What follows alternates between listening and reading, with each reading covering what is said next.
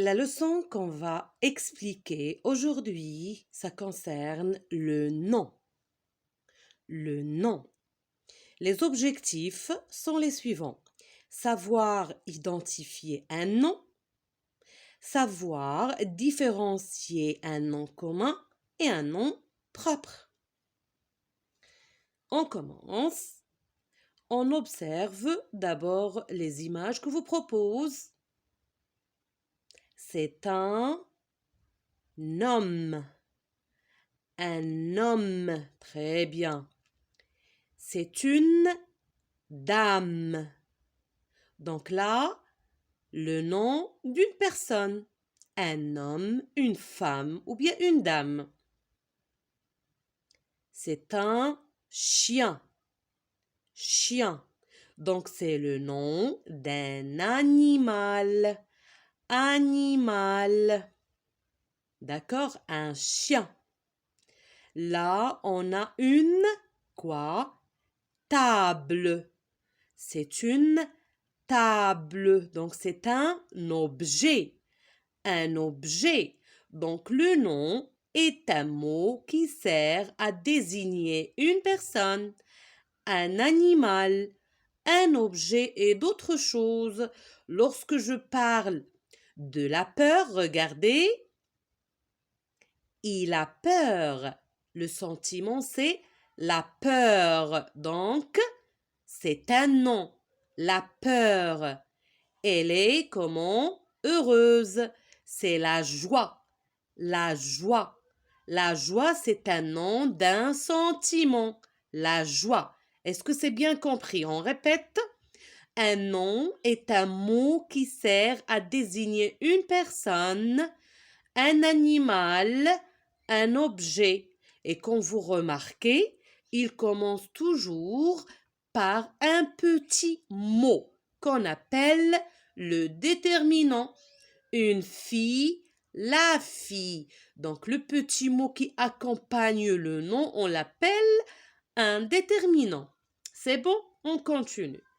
Les noms communs, ce sont les noms qui désignent un être vivant, un enfant, un lion, une maîtresse. Un être vivant, d'accord? Que ce soit un animal ou bien une personne, ou bien un lieu, une ville, la campagne, la montagne, la classe, l'école, la maison, le désert, le désert, pardon, pas le dessert. Le dessert, c'est quelque chose, c'est un objet, non pas, d'accord? Un lieu. Une chose, un vélo, une assiette, un jouet. Et vous pouvez dire les noms que vous connaissez, qui sont des choses ou bien des objets. Et bien sûr, un sentiment comme je viens de vous expliquer. Un sentiment comme le bonheur, la joie, la peur, l'inquiétude, ainsi de suite. Vous avez bien compris? Très bien. On passe à la deuxième partie. Les noms propres, ce sont les noms qui désignent une personne ou bien un lieu particulier. Une personne comme Julie, oui, Amina, Safa, Marwa, ainsi de suite. Le nom d'une personne, que ce soit homme ou bien femme, fille ou garçon. Un lieu particulier, un pays, une ville, Maroc, Casablanca, ainsi de suite. C'est clair? Je crois que c'est bien compris. Lorsque je dis une ville, c'est un nom commun. Mais lorsque je dis Meknes, c'est un nom propre. Est-ce que c'est clair? Voilà. Maintenant, il faut faire attention que tous les noms propres commencent par une majuscule. Pas comme les noms communs. Les noms communs ne commencent pas par la majuscule. Est-ce que c'est clair? Les noms propres qui commencent par la majuscule.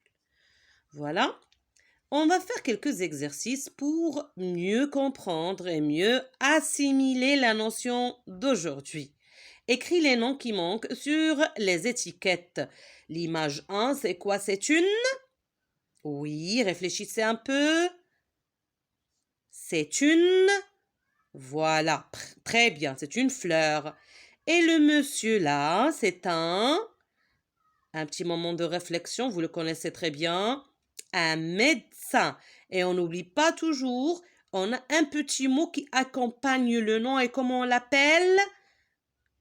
Voilà, très bien, c'est un déterminant. Bravo. Deuxième exercice toujours. Image 1, le garçon, qu'est-ce qu'il mange? Une. Très bien, c'est une banane. Et le monsieur là, le facteur, regarde c'est un animal, comment s'appelle-t-il? Très bien, voilà. Troisième exercice, vous allez bien observer les noms que je vous ai proposés ici et vous n'allez entourer que les noms de personnes. Tout ça, ce sont des noms. Avion, frère, nuage, chat, élève, docteur, éléphant, directeur, chaise. Ce sont des noms. Parmi ces noms, on a des noms de personnes. Vous devez les entourer. Prenez votre temps, mettez en pause la vidéo et cherchez-les. C'est bon? On passe à la correction. Excellent. Donc, avion, est-ce que c'est un nom d'une personne? Non. Très bien. On va pas entourer. Frère, frère. Voilà. Très bien. On va entourer. Nuage, nuage. Est-ce que c'est une personne? Non.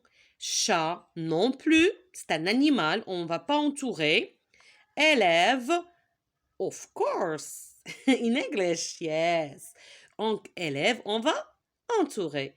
Le docteur, monsieur le docteur qui soigne les malades, comment on l'appelle? C'est un docteur ou bien un médecin. Donc, est-ce qu'on va entourer? Bien sûr, parce que c'est une personne. Éléphant, un éléphant. On va entourer. Si vous avez entouré, c'est faux. Non, ce n'est pas une personne. Même si lors des dessins animés, on voit les éléphants en train de parler, marcher, danser, mais ce ne sont pas des personnes, ce sont des animaux. Directeur, c'est un monsieur qui dirige soit une école, soit une société. C'est un directeur, bien sûr, c'est une personne. La chaise, c'est un objet. Voilà. Est-ce qu'on va entourer? D'accord. Donc, on récapitule ensemble avant de passer à l'exercice suivant. On va entourer frère, élève, docteur et enfin directeur. Maintenant, on va entourer les noms de choses. Ordinateur, facteur, danseur, peur, fleur, radiateur, beurre, animateur, congélateur. Je vais vous laisser un petit moment pour réfléchir et après on va corriger. Voilà. Ordinateur, réfléchissez. Et voilà, maintenant les réponses. Les choses sont ordinateur, fleur, radiateur, beurre et enfin congélateur. Qu'est-ce que vous avez remarqué ici? Tous les noms se terminent par heure à la fin. Quelle coïncidence! Oui, on continue. Là aussi, on a une série d'exercices. Dans la phrase, donc ici tout à l'heure, on a travaillé seulement en utilisant des mots ou bien des noms. Là, on va travailler selon des phrases. Le professeur attend les élèves dans la cour. Donc là, vous allez entourer les noms de personnes. Dans la suivante phrase, on entoure les noms de choses. Ma sœur range son cahier et son classeur dans son cartable.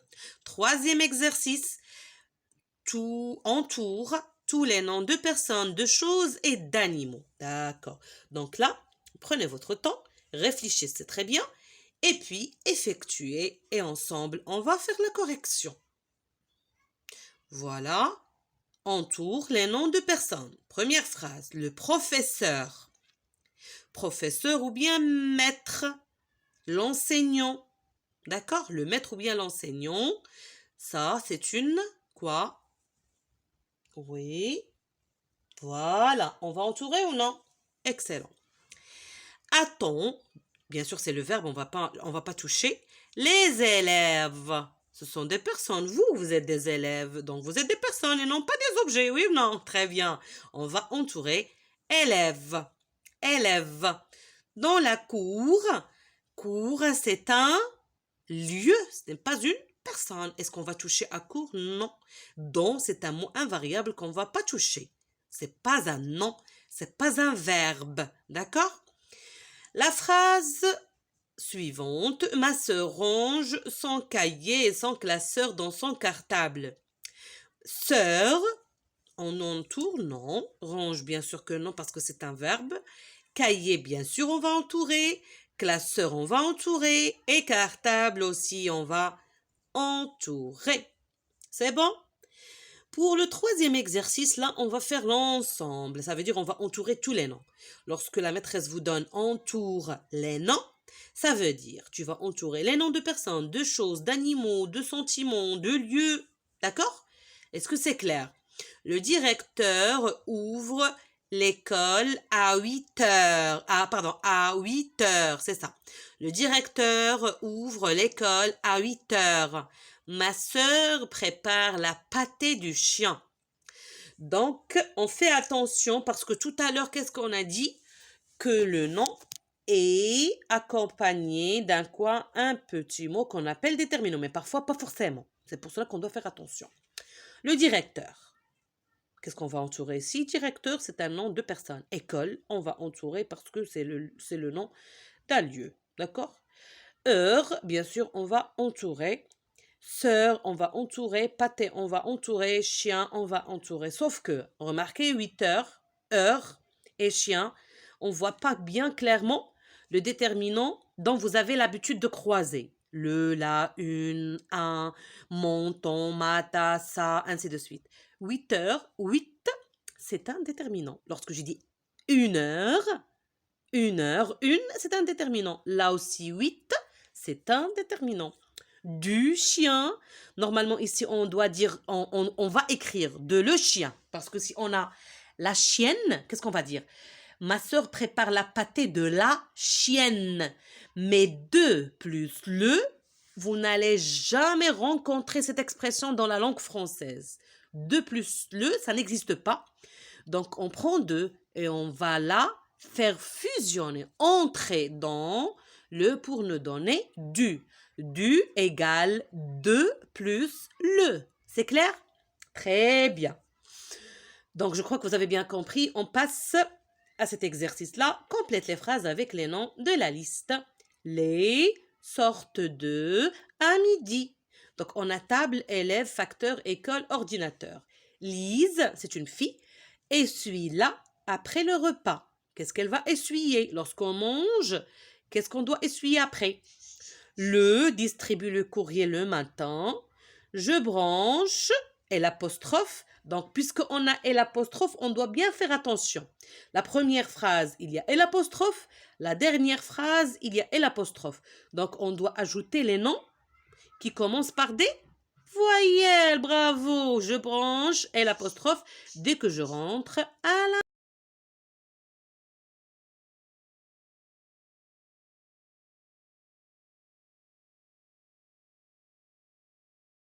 maison.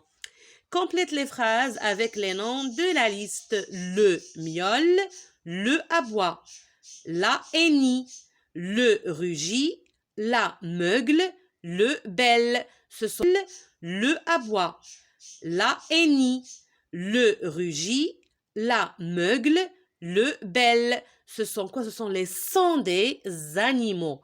Miaulement, aboiement, hennissement, rugissement, meuglement, bêlement. D'accord? Vous devez ajouter les noms des animaux en faisant attention à leur cri. Le cri des animaux. Cri des animaux. C'est clair?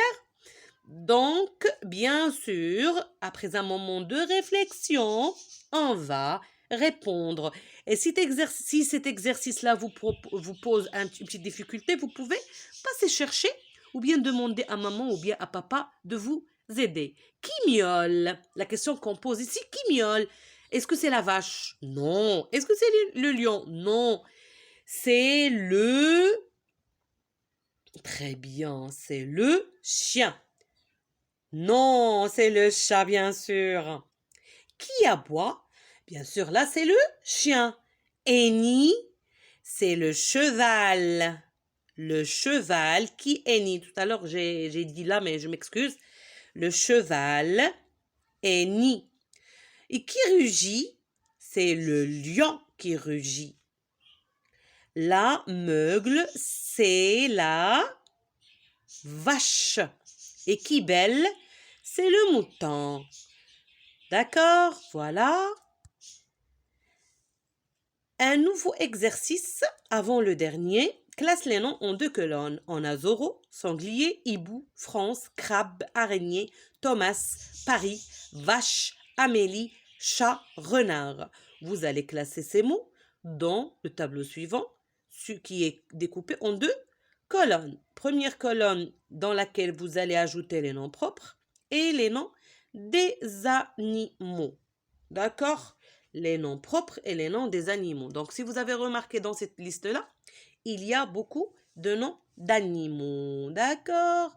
Réfléchissez et je vais vous donner les réponses tout de suite. Zorro, c'est un nom propre. Il commence par une majuscule, c'est clair. France, nom propre. Thomas, nom propre. Paris, nom propre. Amélie, nom propre. Et tout ce qui reste, ce sont les noms des animaux, bien d'animaux. Sanglier, hibou, crabe, araignée, vache, chat et renard.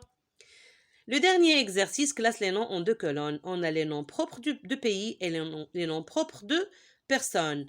Marie, Mohamed, Sandrine, France, Italie, Luc, Amandine, Angleterre, Chine, Iman, Algérie, Maroc. D'accord? Très bien. Marie, Mohamed, réfléchissez où est-ce qu'on va placer Marie, Mohamed. Tous les deux, on va le placer quelque part, dans la même colonne. Bien sûr, ce sont les noms de 2 personnes. Sandrine aussi. C'est un nom propre d'une fille. France, c'est un pays. Très bien. Italie aussi, c'est un pays. Luc, c'est quoi? Nom de garçon. Amandine, une fille. Angleterre, un pays. La Chine, c'est un pays. Iman, une fille. Algérie, un pays. Maroc, un pays. Et là, je vous dis au revoir. Merci. Et j'espère que la leçon était très claire pour vous. Vous avez bien compris. Et à la prochaine. Et n'hésitez pas de partager la vidéo avec vos amis. À la prochaine.